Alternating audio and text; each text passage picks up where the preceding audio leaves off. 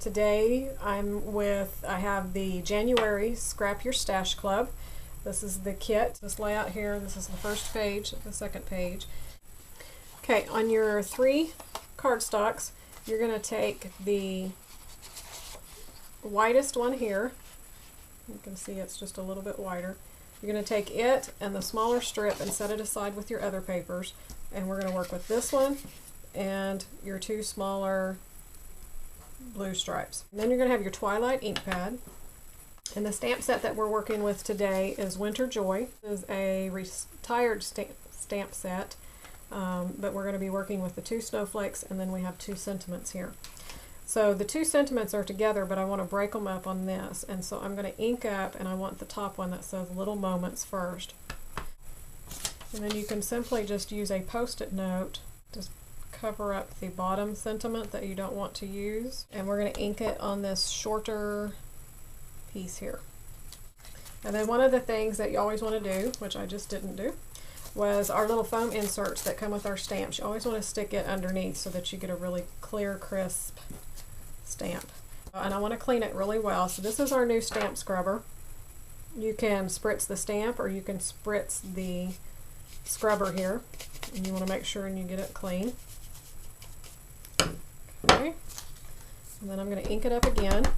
And this time we just want the bottom sentiment, which is Big Memories. Next we have the snowflakes that we're going to stamp on the back of this cardstock. And we're just going to do it random. And I have a large snowflake and then a small snowflake. And I just stick them on at the same time. And again, with our Twilight ink and Twilight cardstock, I'm going to start with the bigger one and then just randomly stamp all over the cardstock. You don't want to line them up, no rhyme or reason. Some of them take them off the page. Do some just where the little bits show right on the corner, like that. Okay, and then we're going to do the small one. And just kind of fill in between. Okay, and so that's our background. So this is a great technique if you don't have patterned paper or if you have a lot of cardstock that you want to use up. Then you can make your own patterned paper or change up your design. Okay, so that's all of the inking that we're going to do as far as stamping. The other thing that I did on this layout was I took my chocolate ink and distressed or rubbed all of the edges of my paper. So you can tell on my snowflake, pretty much everything, every piece of cardstock except for the background. And you can distress or ink the edges several different ways. I even put it around the photo. So you can do that. You just want to make sure and let your photo dry for a really long time. One of the ways is our sponge daubers that just fit on your finger. So you can do that and then just ink it up and rub the edges like that. If you don't have sponge daubers, but we have the yellow sponges, the round sponges, you can cut those into like 8 little wedges, and then I like to use the bulldog clips, and that way you don't get as much on your fingers, and you can use it the same way, just daubing in your ink and rubbing. Some people like to take the ink pad itself and rub directly on it if you like a lot of ink or a lot of the grunge look. Okay, so let's put this layout together. We're going to take the 1 sheet of chocolate. We have this sheet that's going to go up here. The chocolate with the polka dot, I would put it up about 3 3/4 inches from the bottom, set it down, and then this sheet's just going to butt right up next to it and just center it on that page.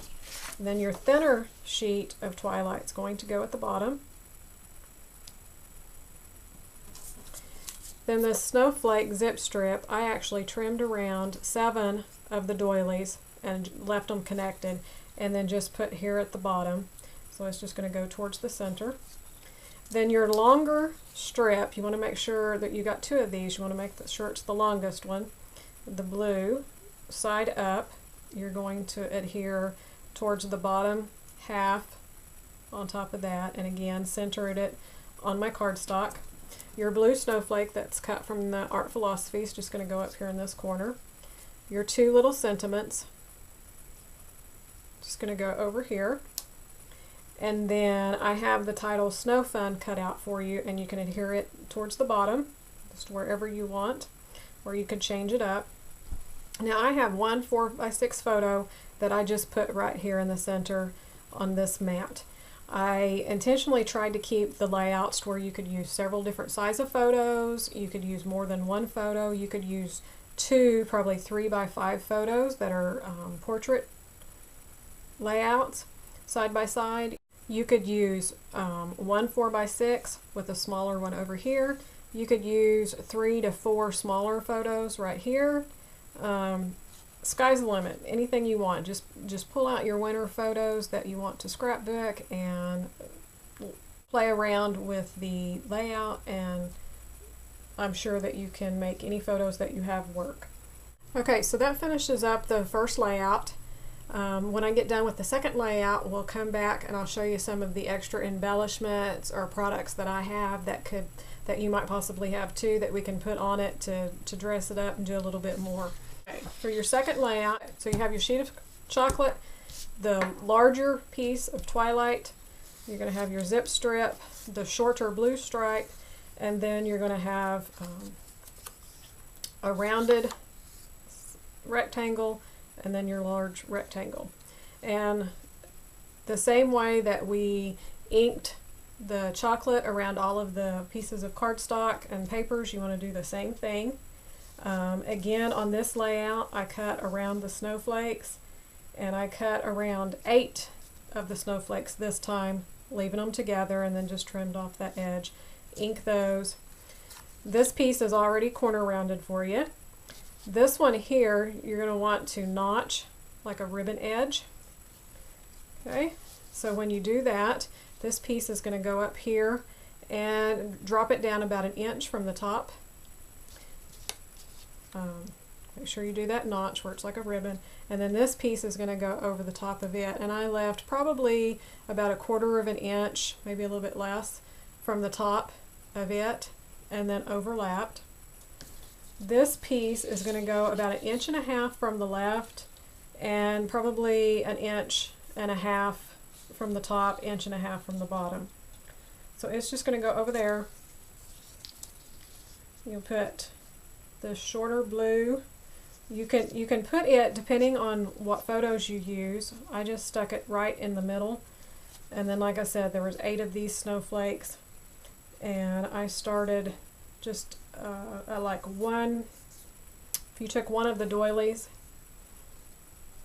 scoot in one, and then go as far as you want this away. I went to about right there and cut the last 3 off. Now what I did on this layout was I had 2 4x6 photos. I really like to scrap my photos just the way that they're developed. If they're 4x6, or if you have digital photos, a lot of times they're 3 by 5.5. So this was created to fit 2 4x6 photos. So I just butted them up, and I actually slid this photo up underneath the doily since it was cut. Now if you have other size photos that don't fit on this mat, you could simply treat it as it's not a mat at all and have photos that come across. You could put a 5x7 photo like this, move these down where they come across the bottom here.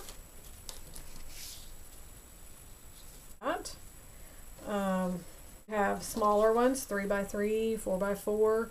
You could put them here and then have them going off the page. Line them up. You know, just move your photos around to whatever's pleasing to you. In your bag of embellishments that you get like this, I gave you an extra smaller button, and I thought it would be cute to go ahead and put some twine through it like we did on that we're going to do on the second layout, and just include it up here. So you do have an extra button to do that. I just don't have mine put on here. Okay, so these are the layouts again.